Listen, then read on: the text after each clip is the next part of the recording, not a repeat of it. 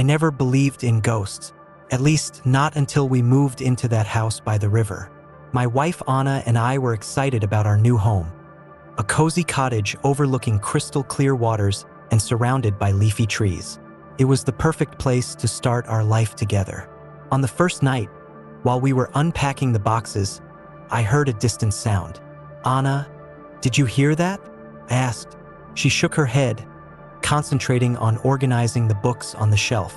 I shrugged and went back to work, convinced it was just the wind. But then the sound came again, a low, chilling moan that made my hair stand on end. I ran to the window, but saw nothing but darkness and the glow of the moon reflected in the river. "It must be an animal," Anna said, trying to calm me down. But there was something about that cry that didn't seem natural. It was as if it carried centuries of pain and despair. That night, I couldn't sleep. The crying continued, sometimes louder, sometimes almost inaudible. And with it came a feeling of dread that settled in my chest and refused to go away. Little did I know that it would only be the first of many nights of terror, and that soon we would discover the true meaning of those nocturnal wails, a truth that would change our lives forever. The next few days were a mixture of excitement and restlessness. During the day, Anna and I explored our new city, enchanted by its colonial architecture and cobbled streets. But at night, the cries came back, closer and closer, more and more desperate. It was on a sunny afternoon, while drinking coffee in a busy square, that we first heard the name that would soon become the center of our nightmares. La Llorona. "You're the new residents of the river house, aren't you?" asked a gray-haired lady at the next table. When we confirmed it, she approached, her eyes full of concern. "Be careful. They say La Llorona haunts those waters." La Llorona? Anna asked, puzzled. The lady looked away, as if she feared being overheard, and began to tell her story. A long time ago, a very beautiful woman lived here. She fell in love with a rich man, but he abandoned her when she became pregnant. Mad with jealousy and rage, she drowned her own children in the river. When she realized what she had done, she threw herself into the water. Now her spirit wanders the banks, weeping for her lost children and taking with it those who hear her lament. I felt a shiver run down my spine. The nights of lost sleep, the mysterious cries. It was all starting to make terrible sense. They're just legends, I tried to convince myself, but the look on the lady's face said otherwise. "Be careful," she repeated, holding my hand tightly. "If they hear you crying, don't answer. Don't look at the river. And above all, don't leave the house at night." We walked home in silence, the lady's words echoing in our minds. That night, the laments seemed even closer, more urgent. And for the first time, I was sure I heard, in the midst of the weeping, a voice calling, "Ms. Hios, Miss Hios." The weeks passed and the legend of La Llorona began to consume our thoughts. We searched through old books, talked to locals, trying to find out more about the mysterious crying woman. One evening, while I was leafing through a dusty book on Mexican folklore, Anna shouted from the kitchen. I ran to her, my heart racing. "Look!" She pointed to the window, shivering. Outside, by the river, stood a pale figure dressed in white. Her face was hidden by long black hair, but we could clearly hear her desperate crying. Miss Hios. "Where are my children?" We stood paralyzed, watching the apparition move slowly along the riverbank. Suddenly, it stopped and turned its head towards us. For a terrible moment, I thought I saw two glowing eyes staring at us through the darkness. Anna grabbed my arm so hard that it left marks. "It's her," she whispered. It is La Llorona. In that instant, all the doubts I had about the legend vanished. The terror I felt was so deep, so visceral, that I could hardly breathe. The figure began to move towards our house, its cry turning into an anguished scream. I pulled Anna away from the window and ran to lock all the doors and windows in the house. We spent the night cuddled up in the bedroom, listening to the wailing and scratching outside. When the sun finally came up, we found wet handprints on all the windows on the second floor. That day, we made a decision. We had to find out more about La Llorona and find a way to protect ourselves. because now we knew without a shadow of a doubt that the legend was real, and it was after us. Determined to understand what was going on, Anna and I plunged headlong into our investigation. We visited libraries, historical archives, and even an old witch who lived on the outskirts of town. It was she who told us the darkest details of the story. La Llorona isn't just looking for her children. The witch told us, her misty eyes fixed on something beyond us. She seeks to replace them, and when she finds children, or those with a pure heart, she takes them to the depths of the river. A shiver ran down my spine as I remembered how La Llorona seemed to have noticed us on that terrible night. Did she see us as possible replacements for her lost children?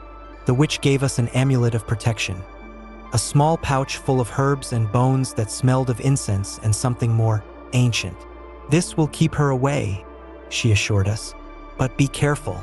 La Llorona Islandia persistent. And the longer you stay, the stronger she becomes. We returned home with the amulet and a new sense of urgency. The wailing continued every night, but now it seemed charged with anger and frustration. One night, I woke up to the sound of breaking glass. I ran into the living room and found Anna standing in front of the shattered window, her face pale with terror. She was here, Anna whispered. I saw her. She tried to get me. I looked at the amulet hanging above the door. It was blackened and smoking, as if it had been burned by an intense fire. At that moment, we knew that time was running out. We had to find a way to stop La Llorona before it took us, or worse, before it managed to break through our defenses and enter our home. With heavy hearts, we began to plan our next move. Little did we know that the following night would bring the final confrontation with the spirit that had become our constant torment. The full moon hung over the river like a watchful eye as we decided to confront La Llorona once and for all. Armed with the knowledge we had gathered and new amulets of protection, Anna and I positioned ourselves by the river. The air was dense, charged with a supernatural energy that made my hair stand on end. Anna held my hand tightly, her eyes fixed on the dark water. Maria, I called out, using La Llorona's real name that we had discovered in our research. We know who you are. We know what happened to your children. For a moment, there was only silence. Then the surface of the river began to bubble, and a thick mist rose from the waters. In the middle of the mist, a figure took shape, the woman in white, her long black hair floating around her as if she were submerged. Her eyes, two pools of infinite darkness, fixed on us. Ms. Hios, she moaned, her voice laden with centuries of pain and regret. Anna stepped forward, her voice trembling but determined. Your children aren't here, Maria. They've moved on. It's time for you to do the same. La Llorona let out a scream that made the trees shake. She advanced towards us, her bony hands outstretched like claws. At that critical moment, I remembered the old witch's words. La Llorona is driven by guilt and regret. She will only find peace when she is forgiven. Heart pounding, I took a step forward. We forgive you, Maria, I said, my voice firmer than I felt. For what happened to your children, for what you did. It's time to leave the guilt behind. La Llorona stopped, her face a mask of shock and confusion. Tears, real ones, this time, not the ethereal tears of a ghost, began to trickle down her pale cheeks. Forgiven? She whispered, her voice almost human again. Anna joined me, holding out her hand in a gesture of peace. Yes, Maria, you are forgiven. Now you can rest. A sob escaped La Llorona's lips, a sound of relief and release. Slowly, her body began to dissolve, turning into a silvery mist that was carried away by the night breeze. Before he disappeared completely, we heard his voice one last time. Gracias, Misios, adios. and then she was gone. The river returned to normal, the mist dissipated, and we felt as if an enormous weight had been lifted from our shoulders. Anna and I hugged each other, exhausted but relieved. We knew that our ordeal had come to an end, and that we had not only survived, but had helped a tormented spirit find peace. As we walked back home, the sound of the river accompanied us, no longer a frightening wail, but a soft, comforting murmur. La Llorona was gone, but her story, and the lesson we learned about forgiveness and redemption, would remain with us forever.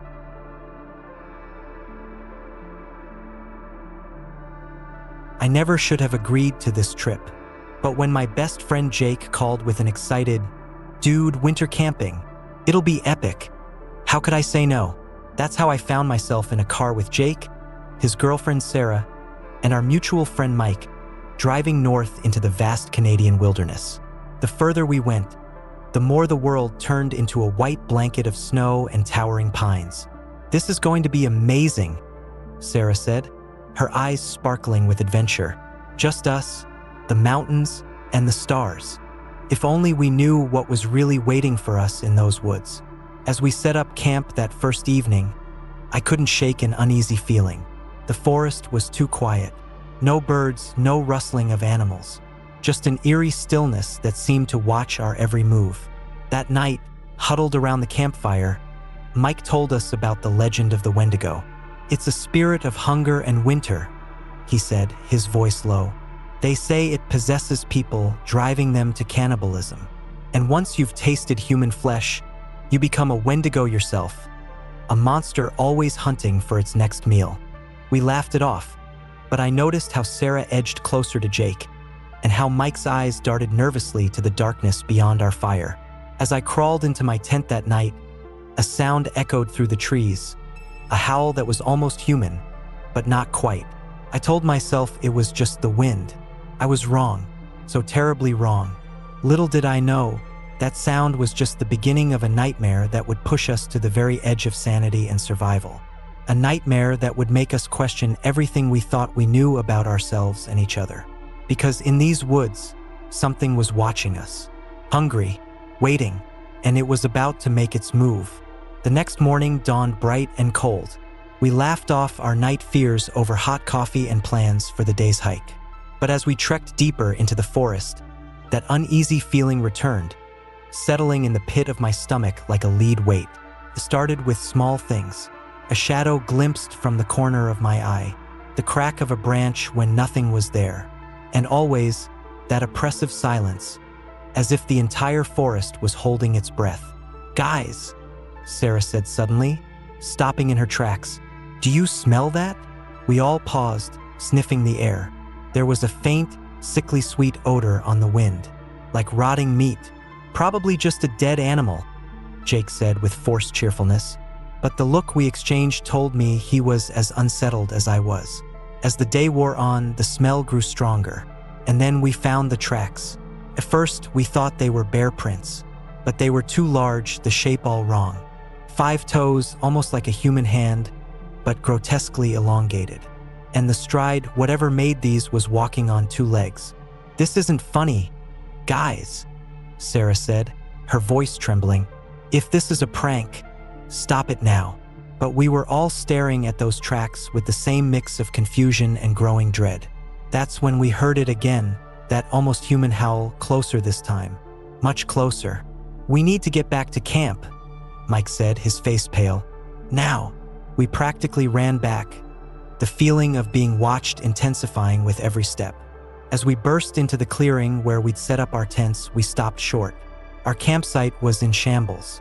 Tents were torn, supplies scattered, and there, scratched deep into the trunk of a massive pine, was a crude symbol, a stick figure with antlers. "We have to get out of here," I said, my heart pounding. "Whatever did this dash?" But Mike cut me off, his voice hollow with fear. "Don't you get it? It's the Wendigo, and it's hunting us." As night began to fall, we huddled in the remains of our camp, weapons improvised from broken tent poles clutched in our hands. None of us said it, but we all knew our fun winter adventure had just turned into a fight for survival. And somewhere in the darkness, something was circling, waiting for its chance to strike. Day 3 brought no relief. We'd barely slept, jumping at every sound, every shadow. The plan was to hike back to the car, but a freak snowstorm hit, cutting visibility to almost zero. "We're going in circles," Sarah said, frustration edging her voice. "That's the same rock formation we passed an hour ago." "No, it's not," Jake snapped back. "You're just seeing things." The tension between us was growing, fraying nerves stretched to the breaking point. And all the while, that feeling of being watched, of being hunted, never let up. As we huddled in a makeshift shelter that night, the howling started again. But this time, it was answered by another cry, then another. They were all around us. "There can't be more than one Wendigo," Mike whispered, his eyes wide with fear. "The legend never mentioned a pack." "Maybe it's not the Wendigo," I said, trying to be the voice of reason. "Maybe it's wolves or Dash. Or maybe—" Jake cut in, his voice low and dangerous. "One of us isn't who they say they are." The accusation hung in the air, poisonous and heavy. We all looked at each other, suddenly unsure, suddenly suspicious. "Don't be ridiculous," Sarah said, but her voice wavered. "Is it ridiculous?" Jake pressed. "The legend says the Wendigo possesses people. How do we know one of us isn't already turned?" "Stop it," I shouted, but the seed of doubt had been planted. That night, no one slept. We watched each other as much as we watched the darkness outside. Every crunch of snow, every gust of wind became a potential threat. And in the back of my mind, a terrifying thought began to take root. What if Jake was right? What if the Wendigo was already among us? As the wind howled and shadows danced around our shelter, I couldn't help but wonder, how well did I really know these people? And more importantly, how well did I know myself? The line between friend and foe, between human and monster, was beginning to blur. And I had a sinking feeling that before this was over, we'd be forced to confront the darkness not just around us, but within us as well. By the fourth day, hunger had set in. Our supplies, scattered in that first attack, were running dangerously low. The storm still raged, trapping us in a world of white. We were all on edge, snapping at each other over the smallest things. But it was Mike who worried me the most. He'd grown quiet, his eyes darting nervously between us, his hands shaking as he clutched his makeshift weapon. "We need to find food," Sarah said, her voice weak with hunger. Jake nodded grimly. "I'll go hunt. There has to be something out there." "No!" Mike suddenly shouted, jumping to his feet. "Don't you see? That's what it wants. To separate us. Pick us off one by one." We tried to calm him down, but he was beyond reason. His eyes were wild, his voice rising to a fever pitch. "Or maybe," he said, pointing an accusing finger at each of us in turn, "maybe you're already one of them. Maybe you're just waiting for the right moment to strike." It happened so fast. Mike lunged at Jake with his makeshift spear. I moved without thinking, tackling him to the ground. We struggled in the snow, the others shouting, trying to pull us apart. And then I heard it, that inhuman howl, so close it seemed to shake the very air around us. We all froze. Slowly, dreading what I might see, I turned my head towards the sound. There, at the edge of our camp, stood a figure. Tall, impossibly thin, with antlers sprouting from its skull. Its skin was stretched tight over bone, its eyes glowing with an unnatural hunger. The Wendigo. For a moment, nobody moved. Nobody breathed. Then Sarah screamed, and all hell broke loose. We ran, panic overriding everything else. I could hear it behind us, its breathing ragged, inhuman. Trees whipped past, branches tearing at my clothes, my skin. I don't know how long we ran. Felt like hours. When we finally stopped, gasping for air, I realized with horror that we'd been separated. Jake and Sarah were nowhere to be seen. As night fell, bringing with it a bone-chilling cold, Mike and I huddled together in the hollow of a great tree. The sounds of the forest were alive again, but now every noise was a potential threat. "We're going to die out here," Mike whispered, his earlier aggression replaced by despair. I wanted to reassure him, to say we'd find the others, that we'd make it out alive. But as the darkness closed in and that haunting howl echoed once more through the trees, I wasn't so sure. We were lost, hungry, and being hunted by something out of our worst nightmares. And somewhere out there, Jake and Sarah were facing the same terrors alone. As I drifted into an uneasy sleep, one thought kept circling in my mind.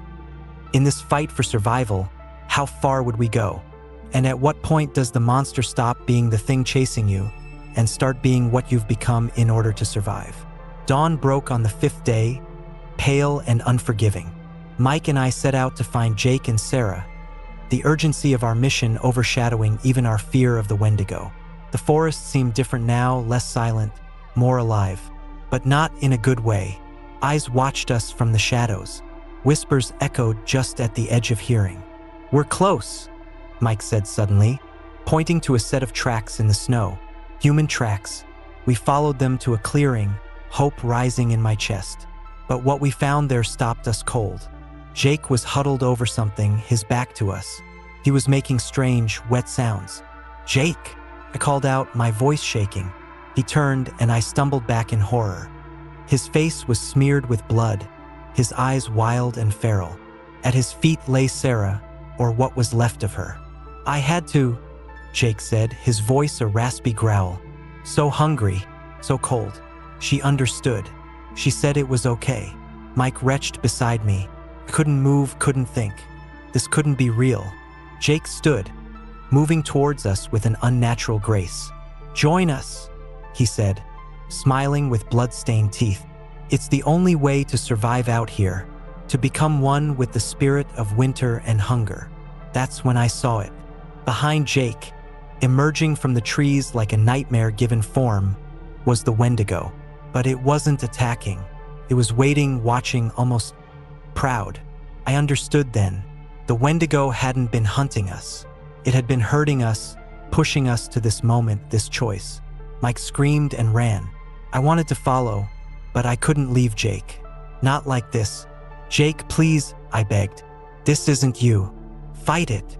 For a moment, I saw a flicker of my old friend in his eyes. Confusion, fear, regret.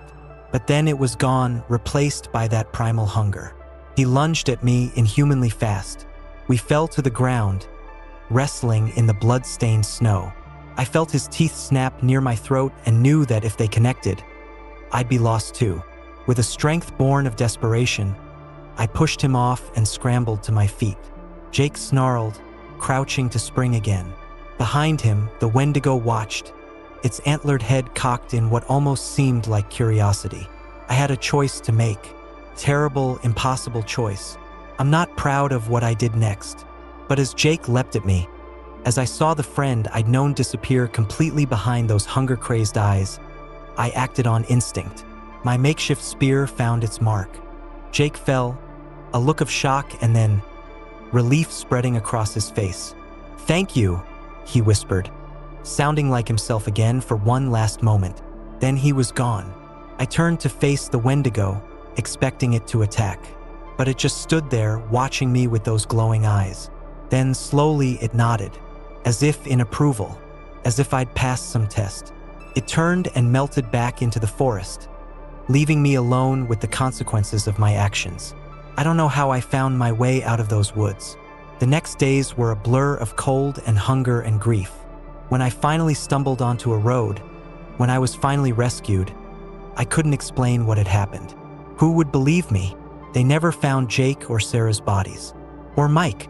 Sometimes I wonder if he's still out there, if the Wendigo found him too. As for me, I survived. But at what cost? Every winter, I feel a pull towards the north, towards those dark forests. Every time I'm hungry, I remember Jake's blood-smeared face, and I shudder, because now I know the truth. The real monster wasn't the Wendigo. The real monster is the darkness that lives inside all of us, waiting for the right moment to emerge. And I know, with a certainty that chills me to my core, that a part of the Wendigo came back with me, waiting, watching, hungry.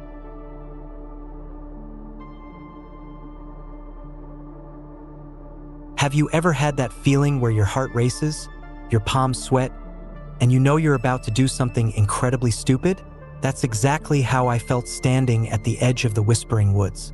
My name's Alex, and I'm about to tell you how I nearly became dinner for the most terrifying witch in folklore. It all started with a dare. Isn't that how these stories always begin? "I dare you to spend one night in the Whispering Woods," my best friend Jess said, her eyes glinting with mischief. Now let me paint you a picture. The Whispering Woods isn't your average forest. It's the kind of place mothers warn their children about, where shadows move on their own and the trees seem to watch you.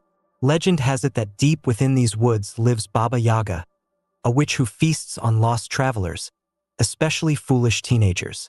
Of course, I didn't believe in such nonsense. I was 16, far too old for fairy tales. So, with a cocky grin, I accepted the dare.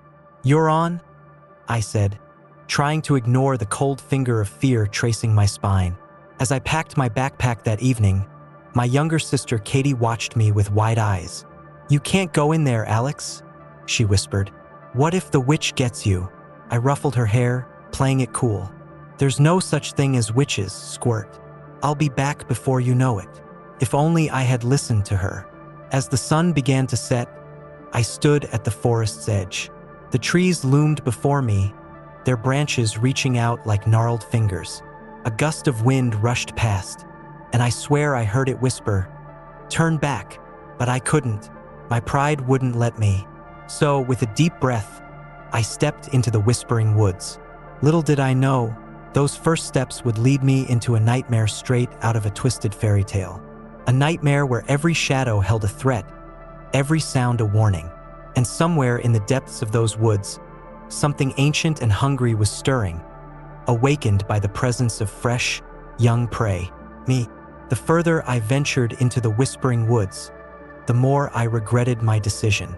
Darkness fell quickly, and the forest came alive with eerie sounds. Branches creaked like old bones, and unseen creatures scurried in the underbrush. I tried to set up camp in a small clearing, but every time I thought I heard something, I'd shine my flashlight into the trees.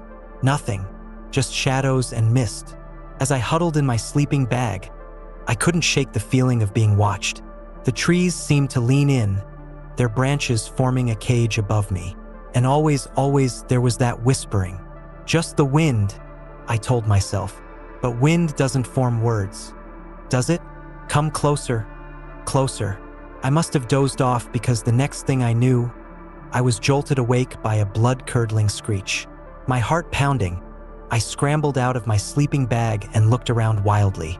That's when I saw it. A house, but not just any house. It stood on giant chicken legs, towering above the trees. The windows glowed with an eerie green light, and smoke curled from a crooked chimney. It was like something out of a twisted dream. I knew I should run. Every instinct screamed at me to flee, but a strange compulsion took hold of me. Before I knew it, I was walking towards the house, drawn by an unseen force. As I approached, the chicken legs bent, lowering the house to the ground. A door creaked open, spilling sickly green light onto the forest floor. Come in, my dear," crooned a voice from inside. It was sweet as honey, but with an undercurrent that made my skin crawl. "You must be so tired and hungry." I hesitated at the threshold. This was my last chance to run, to escape whatever horrors awaited me inside. But curiosity and that strange compulsion won out. I stepped into Baba Yaga's house. The door slammed shut behind me with a finality that made my heart sink. I was trapped, and as I turned to face the interior of the witch's dwelling, I realized with growing horror that I had walked straight into the lair of a monster. A monster who was looking at me like I was her next meal. The inside of Baba Yaga's house was a nightmare come to life. Bones hung from the ceiling like macabre wind chimes. Jars filled with unidentifiable, squirming things lined the shelves.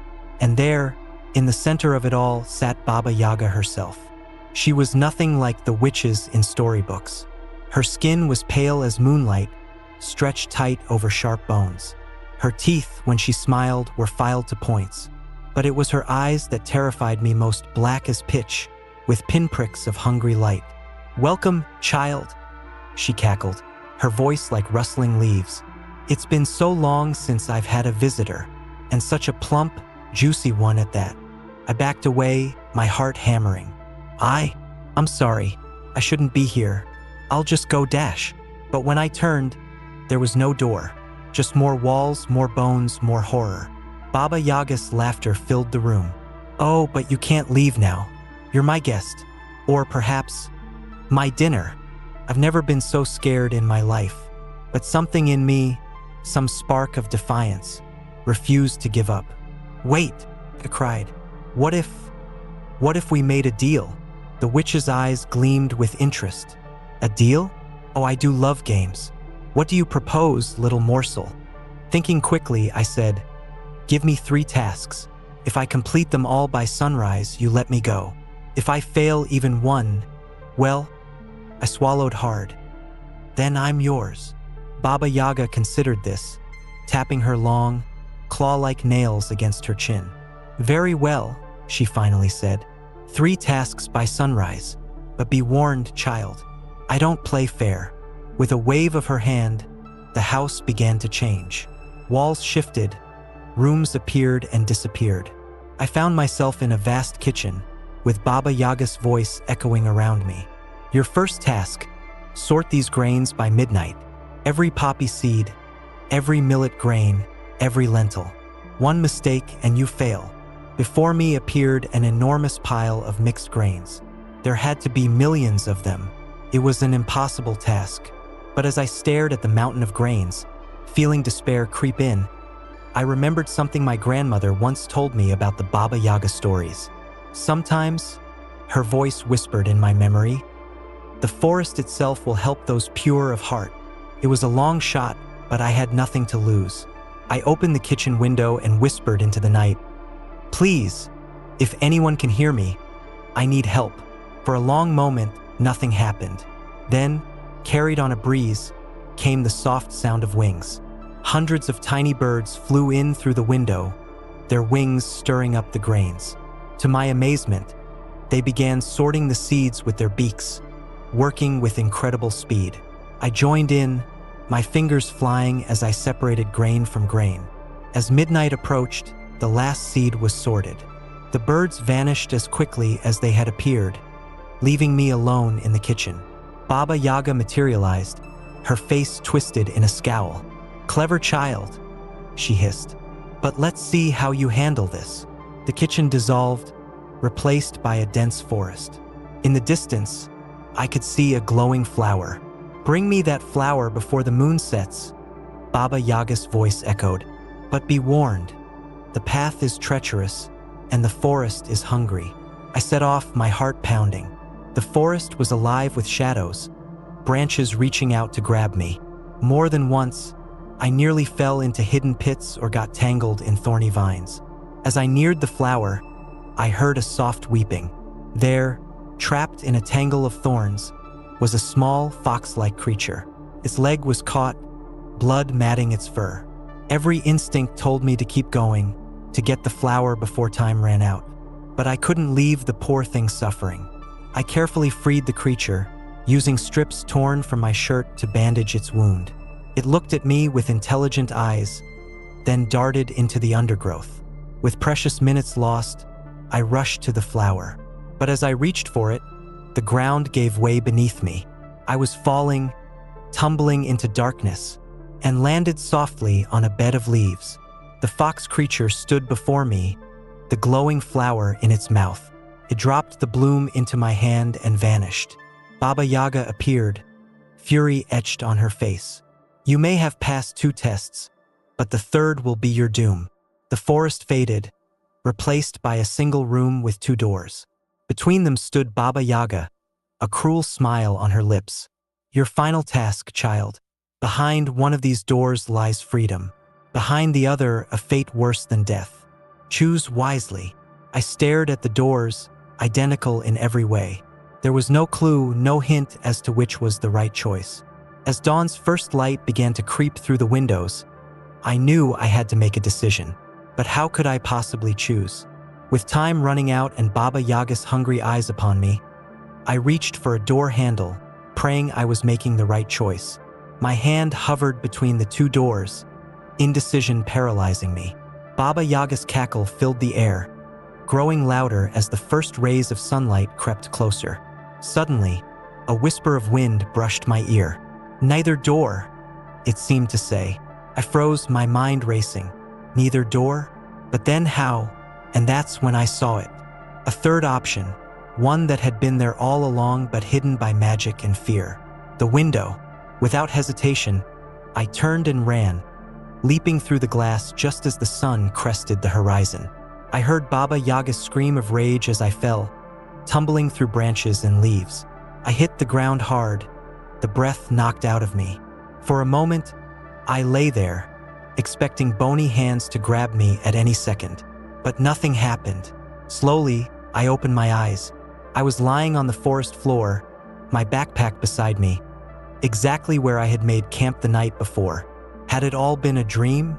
But then I saw it clutched in my hand was the glowing flower from the second task.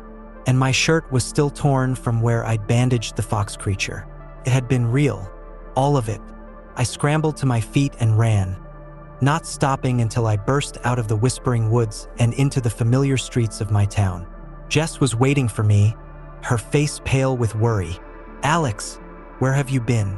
It's been 3 days." 3 days? But I had only been in the woods for 1 night. Hadn't I? As I tried to explain what had happened, I realized how unbelievable it all sounded. Jess listened with wide eyes, clearly unsure whether to believe me or call for help. But I knew the truth. I had faced Baba Yaga and lived to tell the tale. As life returned to normal, I found myself changed.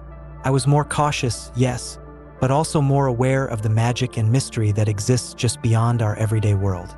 And sometimes, on quiet nights, I swear I can still hear the whispers from the woods, a reminder of the adventure I had, and a warning to be careful what you wish for, because you never know when a simple dare might lead you straight into the lair of a witch.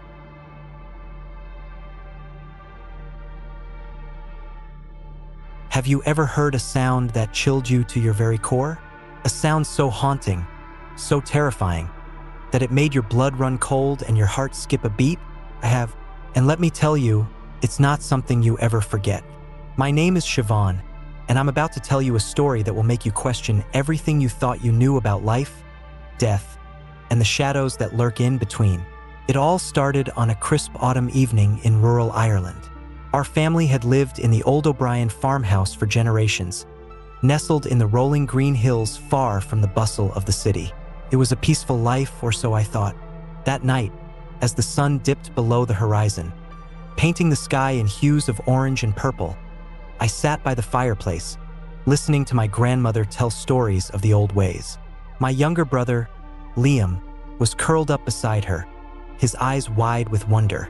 "And remember, children," Gran said, her voice low and serious, "if you ever hear the wail of the Banshee, beware, for she only cries when death is near."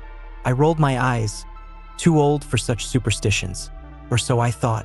Just then, a sound cut through the night, a cry so mournful, so heart-wrenchingly sad, that it made my skin prickle. It started low, then rose to a piercing shriek that seemed to echo through the very walls of our home. Gran's face went pale. Liam clutched her arm, trembling.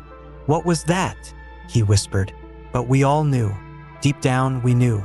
The Banshee had come to our home, and with her, the shadow of death. In that moment, as the unearthly wail faded into the night, leaving behind a silence heavy with dread, I realized our lives would never be the same. Someone in our family was marked for death. But who? And could we somehow change fate? As I looked at the frightened faces of my loved ones, I made a silent vow. I would uncover the truth behind the Banshee's cry.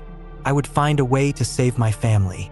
Little did I know, this decision would plunge me into a world of ancient magic, long-buried secrets, and a race against time that would test everything I thought I knew about life and death. The Banshee had made her presence known. Now, the real nightmare was about to begin. The days following that first haunting cry were filled with a tense, suffocating silence. We all tried to go about our daily lives, but the weight of what we'd heard hung over us like a dark cloud. Gran refused to speak of it, shutting herself away in her room for hours on end. My parents exchanged worried glances when they thought we weren't looking. And Liam, poor Liam couldn't sleep, jumping at every creak and groan of our old farmhouse. I knew I had to do something. So, I decided to start digging into our family's history. If the Banshee was real, and after what I'd heard, I was starting to believe she was, then maybe there were clues in our past. I spent hours in the attic, rifling through dusty old boxes and photo albums. That's when I found it, a journal belonging to my great-great-grandmother, Mare O'Brien. As I flipped through the yellowed pages, my heart began to race. Mare wrote of hearing the banshees cry herself nearly a century ago. But there was more. She spoke of a way to communicate with the banshee, to uncover the identity of the one marked for death. On the night of the full moon, Mare wrote, stand at the crossroads with a sprig of rosemary and a silver coin. Call out to the banshee thrice, and she may appear. It sounded crazy, impossible, but what choice did I have? As I descended from the attic, clutching the journal to my chest, another wail pierced the night. Louder this time, closer. I ran to Liam's room, finding him huddled under his blankets, tears streaming down his face. Make it stop, Siobhan, he pleaded. Please make it stop. I hugged him tight, my resolve strengthening. I will, I promised. Somehow I will. That night, as the full moon hung heavy in the sky, I snuck out of the house. The crossroads wasn't far, just at the edge of our property where two old dirt roads met. My heart pounded as I stood there, rosemary in one hand, silver coin in the other. The night was eerily still, as if the whole world was holding its breath. I call upon the banshee, I said, my voice shaking. I call upon the banshee. I call upon the banshee. For a moment, nothing happened. Then, a mist began to form, swirling around me. And from within that mist emerged a figure that would haunt my dreams for years to come. She was both beautiful and terrifying. Long, silvery hair flowed around her pale face, and her eyes were pools of sorrow so deep I felt I might drown in them. Why do you summon me, child of the O'Briens? Her voice was like the whisper of wind through leaves. Gathering all my courage, I spoke. Please, tell me who in my family is marked for death. Tell me how to save them. The banshee's eyes seemed to look right through me. The mark is upon the youngest. But beware, for death is not always what it seems. Before I could ask more, she vanished, leaving me alone in the moonlight with more questions than answers. Liam. The banshee was coming for Liam. As I raced back to the house, my mind whirling with fear and determination, I knew one thing for certain. I would not let death take my little brother. No matter what it took, I would find a way to change fate itself. But as I was about to learn, meddling with ancient forces comes at a price that might be too high to pay. The next few days were a blur of frantic research and sleepless nights. I pored over every book on Irish folklore I could find, searched every corner of the internet for information on banshees and how to thwart them. All the while, the wailing continued. Each night, it grew louder, more insistent. And each night, I saw Liam grow paler, more withdrawn. Our parents were beside themselves with worry. They'd taken Liam to every doctor in the county, but no one could find anything wrong with him. How could I tell them that his illness wasn't something modern medicine could cure? It was Gran who finally confronted me. She found me in the attic, surrounded by old books and scribbled notes. You heard her, didn't you? She said, her voice barely above a whisper. You spoke to the banshee. I nodded, too tired to deny it. She's coming for Liam, Gran. We have to stop her. Gran's eyes filled with tears. Oh, my dear girl, don't you know? You can't cheat death. The banshee isn't evil. She's a warning, a mercy, to give us time to say goodbye. But I refused to accept that. There has to be a way, I insisted. In all the old stories, there's always a way. Gran was quiet for a long moment. Then, with a heavy sigh, she said, there is one way, but the price, oh, the price is terrible. She told me of an ancient rite, a way to offer the banshee a substitute. A life for a life, Gran said. That's the only way to change fate. The implications of what she was saying hit me like a punch to the gut. To save Liam, someone else would have to die in his place. As if sensing my thoughts, Gran gripped my hand. Don't even think about it, Siobhan. Promise me. But as I looked into her eyes, I knew I couldn't make that promise. Because in that moment, I realized I would do anything to save my little brother.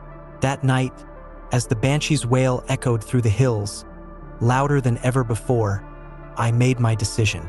I would offer myself in Liam's place. With trembling hands, I wrote a note to my family, explaining everything. Then, taking only a small bag with Gran's rosemary and the silver coin, I slipped out into the night. The full moon lit my way as I made my way back to the crossroads. This time, I wasn't afraid. I was resolved. "Banshee," I called out. "I've come to make a bargain." The mist swirled, and she appeared, her eyes sad and knowing. "Are you certain, child? Do you understand what you're offering?" I stood tall, my voice steady. "I do. Take me instead of Liam. A life for a life." The Banshee reached out, her cold fingers brushing my cheek. "So be it," she whispered. As her touch sent ice through my veins, I closed my eyes, ready to accept my fate. But fate, as I was about to learn, had other plans. Because at that moment, another voice cut through the night. A voice I knew all too well. "No!" Liam shouted, running towards us. "Siobhan, no!" And just like that, everything changed. Time seemed to stand still as Liam burst into the clearing, his small face pale but determined in the moonlight. The Banshee turned, her ethereal form shimmering as she regarded my brother. "Liam, go back," I cried, trying to push him away. "You can't be here." But Liam stood his ground, his eyes fixed on the Banshee. "I won't let you take my sister," he said, his voice surprisingly steady. If someone has to go, it should be me. That's what you came for, isn't it?" The Banshee's expression softened, a look of infinite sadness crossing her face.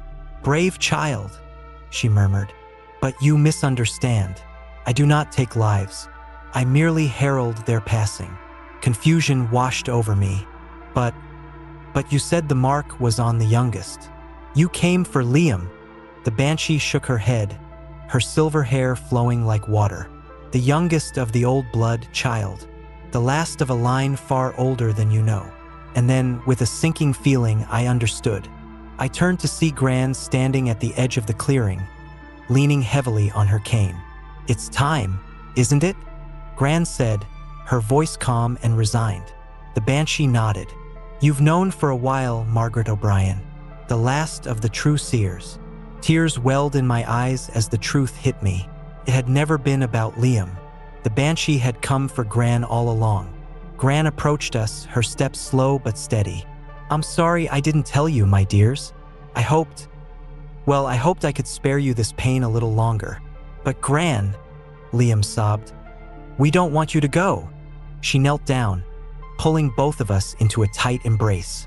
"Oh, my loves, death is not the end, you know. It's just a different sort of beginning." As we clung to her, I felt a shift in the air. The Banshee's form was beginning to fade, her purpose fulfilled. "Wait," I called out. "Isn't there anything we can do?" The Banshee paused, her eyes meeting mine. "You already have, child. You've shown love, courage, and sacrifice. Those are powers greater than any magic." With those words, she vanished, leaving behind only a whisper on the wind. We helped Gran back to the house, where Mom and Dad were waiting, frantic with worry. As we explained everything that had happened, I realized that this night had changed us all forever. We had faced death and come out the other side, not unscathed, but stronger, closer. As dawn broke, painting the sky in soft pinks and golds, Gran gathered us all around her. "Now," she said, a twinkle in her eye, "let me tell you about the real magic in our family, the magic of love, of memory, and of the stories that bind us all together." And as she began to speak, weaving tales of our ancestors and the power that ran in our blood, I knew that though her time with us might be short, her spirit and her stories would live on forever. The days that followed were a strange mix of sorrow and joy. We knew Gran's time was limited, but instead of withdrawing, she seemed more alive than ever. She spent hours telling us stories of our family's history, of the magic and mystery that had always surrounded the O'Briens. "We've always had a touch of the sight," she explained one evening as we sat around the fireplace. "Some more than others. It's a gift, but also a responsibility." I thought about the Banshee, about the glimpse I'd had into a world beyond our own. "Will we be able to see things too?" I asked. Gran smiled, reaching out to touch my cheek. "You already do, my dear. Both of you. You just need to learn to trust what you feel, what you know in your bones." As the days passed, I began to notice things I'd never seen before. The way the wind seemed to whisper secrets if I listened closely enough. The patterns in the clouds that sometimes looked like faces or symbols. The moments when I just knew things without knowing how I knew them. Liam was changing too. He'd always been sensitive, but now he spoke of dreams that came true and hunches that never led him wrong. It was beautiful, but also a little frightening, because we knew that with this awakening came the knowledge that Gran really was preparing to leave us. The night it happened, we all knew. There was a stillness in the air, a sense of anticipation. We gathered in Gran's room, surrounding her bed as she smiled at us all. "Don't be sad," she said, her voice weak but her eyes bright. "This isn't an ending, it's a new chapter." As the clock struck midnight, a familiar cry echoed through the night. But this time, it didn't fill me with dread. Instead, I felt a strange sense of peace. The Banshee appeared at the foot of the bed, visible now to all of us. She held out her hand, and Gran nodded, ready. "Remember," Gran said, looking at each of us in turn, "love is the greatest magic of all. Keep it alive in your hearts, and I'll never truly be gone." With those words, she took the Banshee's hand. There was a flash of silver light, and then she was gone. We cried, of course. How could we not? But mixed with the tears was a sense of wonder, of having been part of something ancient and powerful. In the years that followed, Liam and I learned to embrace our gifts. We became the keepers of our family's stories, the guardians of a legacy older than we could imagine. And sometimes, on quiet nights when the moon is full, I swear I can hear Gran's laughter on the wind, a reminder that death is not the end, but merely a doorway to something new. So if you ever hear a wail in the night, don't be afraid. It might just be a messenger, a guide to help us navigate the greatest journey of all. Because in the end, the Banshee taught us the most important lesson of all, that love, true love, echoes through eternity.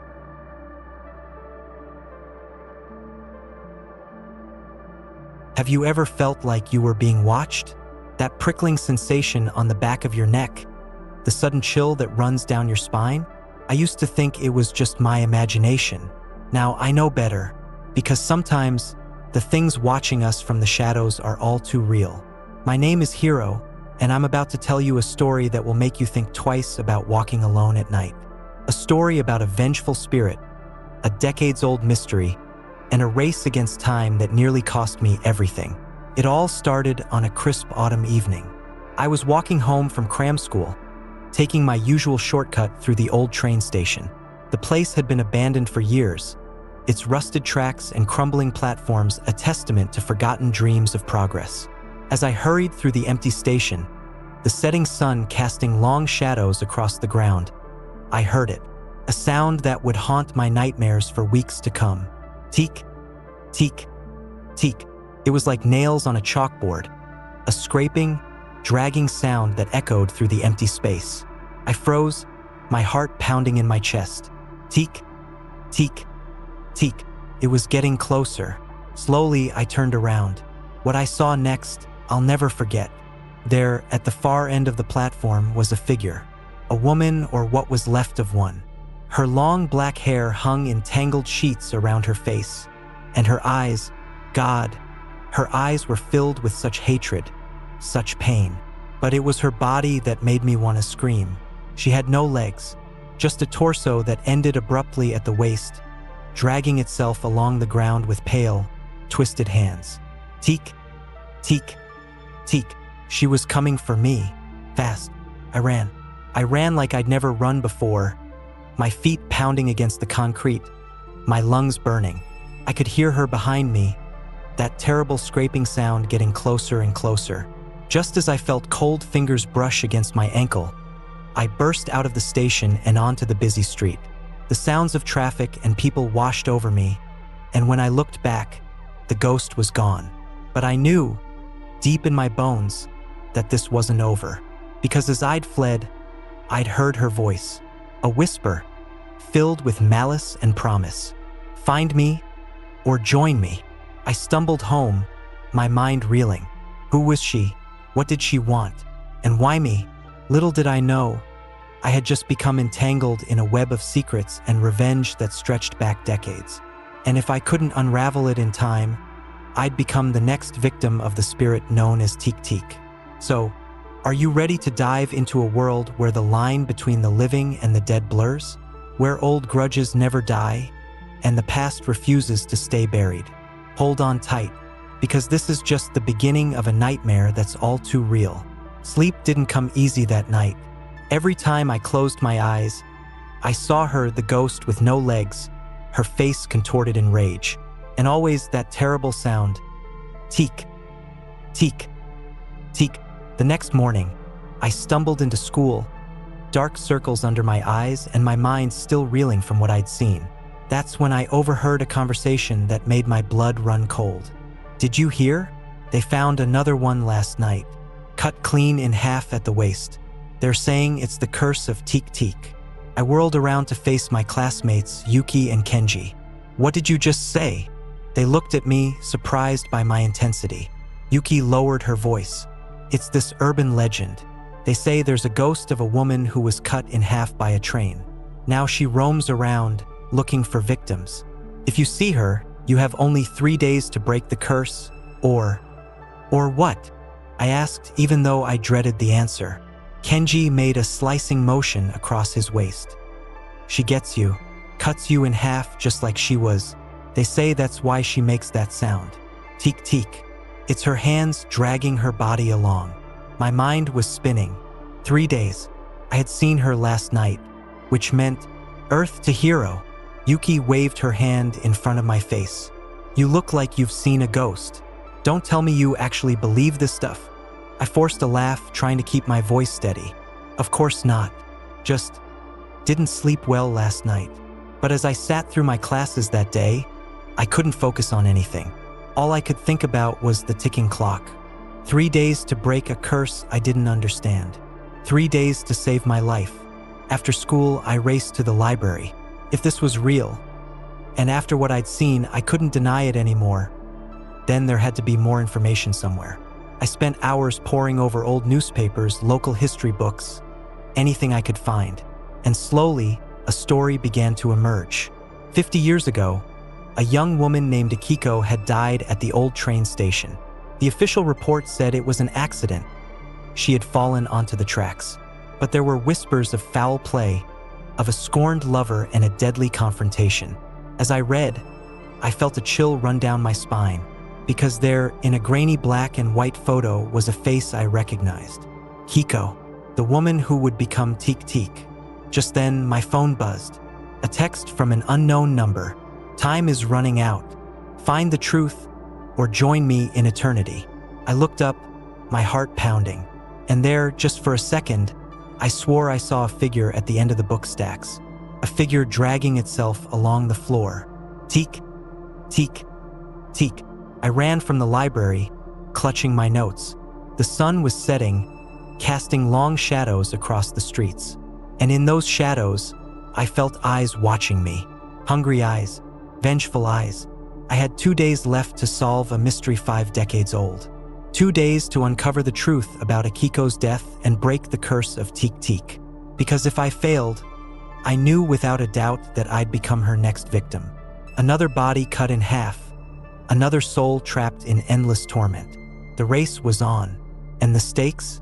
Nothing less than my life and my soul. The next morning, I woke up with a sense of dread weighing heavily on my chest. 2 days left. Just 2 days to unravel a mystery that had remained unsolved for half a century. I decided to skip school. This was more important than any exam or lecture. Armed with the information I'd gathered at the library, I set out to retrace Akiko's last steps. My first stop was the old train station. In the harsh light of day, it looked less sinister, but no less abandoned. Graffiti covered the walls, and weeds pushed through cracks in the concrete. As I walked along the platform, I tried to imagine Akiko here 50 years ago. What had brought her to this place on that fateful night? Who had she been meeting?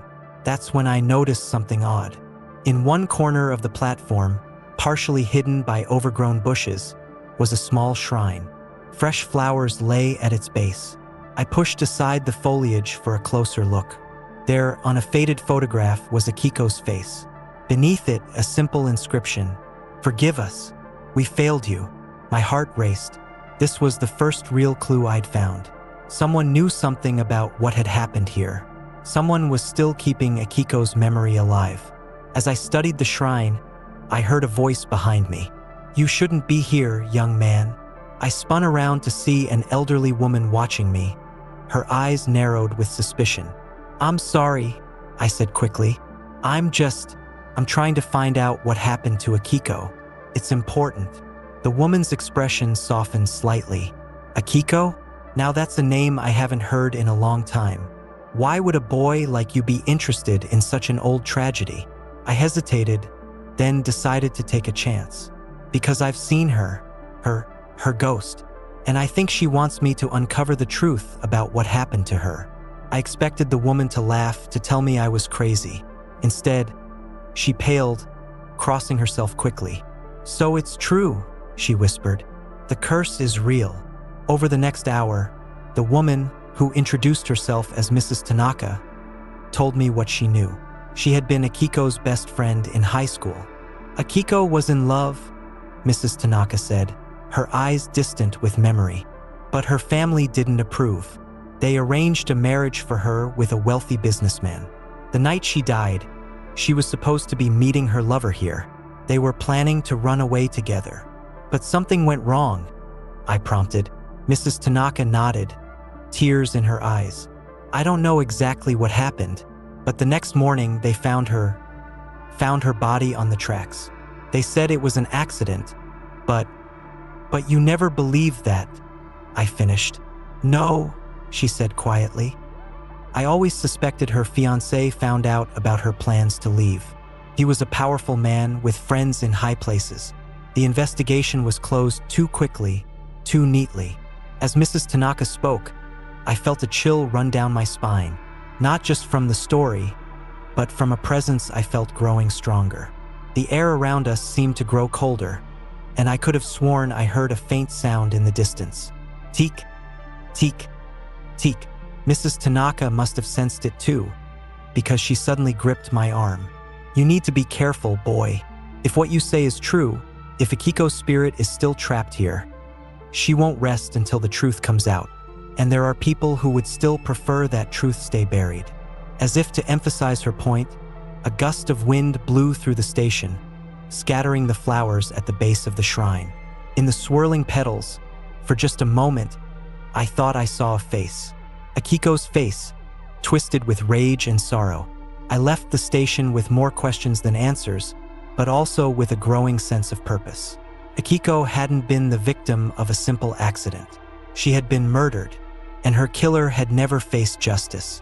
As night fell and I made my way home, I couldn't shake the feeling of being watched. In every shadow, every reflection, I half expected to see Akiko's ghost. One day left. One day to uncover a 50-year-old murder and put a restless spirit to peace. Because if I failed, I knew I'd be joining Akiko in her endless, vengeful journey.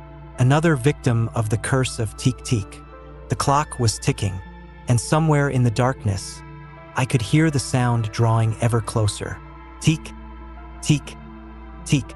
I woke up on the third day with a sense of urgency that bordered on panic. This was it. My last chance to break the curse, to uncover the truth about Akiko's death and put her spirit to rest. Armed with the information Mrs. Tanaka had given me, I started digging deeper. I needed to find out more about Akiko's fiancé, the man who might have been behind her murder. It wasn't easy. 50 years is a long time, and many records from that era weren't digitized. But I was desperate, and desperation can be a powerful motivator. After hours of searching through old newspaper archives and public records, I finally had a name: Hiroshi Nakamura. Akiko's fiancé had been a rising star in the business world, the heir to a powerful family. But what had happened to him after Akiko's death? As I dug further, a pattern began to emerge. Nakamura's star had continued to rise for a few years after the incident. But then, things started to go wrong.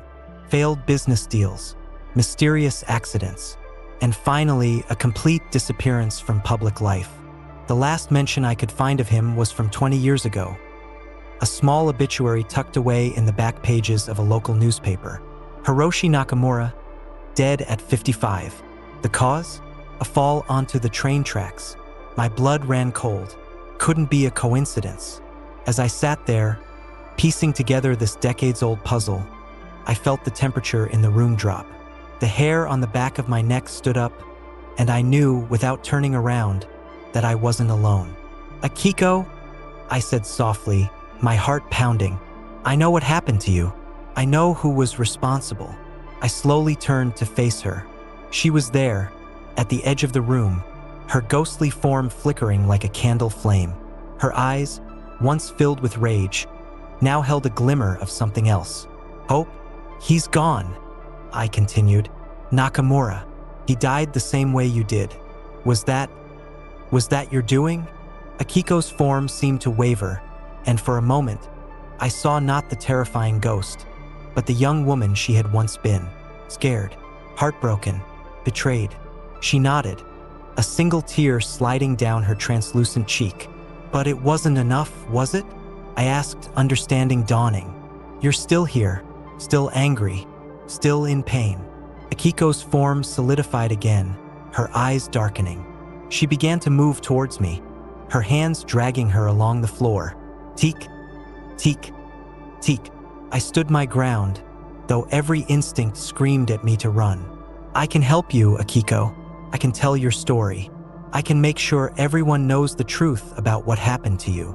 She paused, tilting her head as if considering my words. "But you have to let me go," I said, my voice shaking. "You have to end this curse. No more victims, no more pain, just peace." For a long moment, Akiko remained motionless. I could feel the weight of half a century of rage and sorrow pressing down on me. Then slowly she nodded. A sense of relief washed over me. I had done it. I had broken the curse. But as Akiko's form began to fade, I saw a flicker of something in her eyes. A warning? A plea? And then she was gone, leaving behind only a whisper that seemed to echo in my very soul. "Tell my story. Set us all free." I collapsed into my chair, exhausted but triumphant. I had faced the vengeful spirit of Teke Teke and survived. I had uncovered a long-buried truth and brought a measure of justice to a woman wronged. But as the adrenaline faded and night settled in, I couldn't shake the feeling that this wasn't over, that Akiko's last words held a deeper meaning, a final task I had yet to complete. As I drifted off to sleep, my dreams were filled with ghostly figures and the endless sound of dragging hands. Teek, teek, teek. The days that followed were a whirlwind. True to my word, I set out to tell Akiko's story. I wrote articles for the school newspaper, posted on social media, and even reached out to local news stations. At first, people were skeptical. A 50-year-old murder mystery solved by a high school student? It sounded far-fetched. But as more details emerged, as old witnesses came forward with long-held secrets, the story began to gain traction. Akiko's case was reopened. Old evidence was re-examined with modern techniques. And slowly, painfully, the full truth came to light. Nakamura hadn't acted alone. There had been a cover-up, involving members of his family and even local officials. Akiko's death hadn't been an accident or a crime of passion, but a coldly calculated murder to prevent a scandal. As the truth spread, something strange began to happen. People started coming forward with their own stories. Tales of encounters with a ghostly woman, of narrow escapes and brushes with death. The legend of Teke Teke had been more widespread than I'd ever imagined. And now it was coming to an end.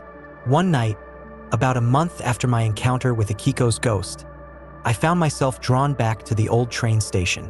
The place had changed. The shrine for Akiko had grown, covered now in flowers and notes from well-wishers. A plaque had been installed, telling her true story. As I stood there, reading the words that I had helped bring to light, I felt a presence behind me. But this time, there was no fear.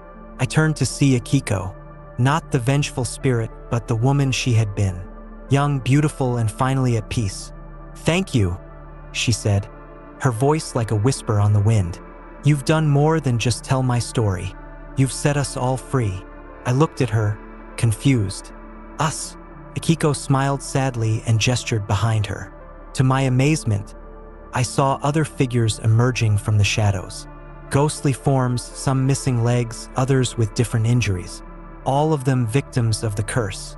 "We were all trapped," Akiko explained, "bound by anger, by the need for vengeance. Each new victim became part of the cycle, unable to move on."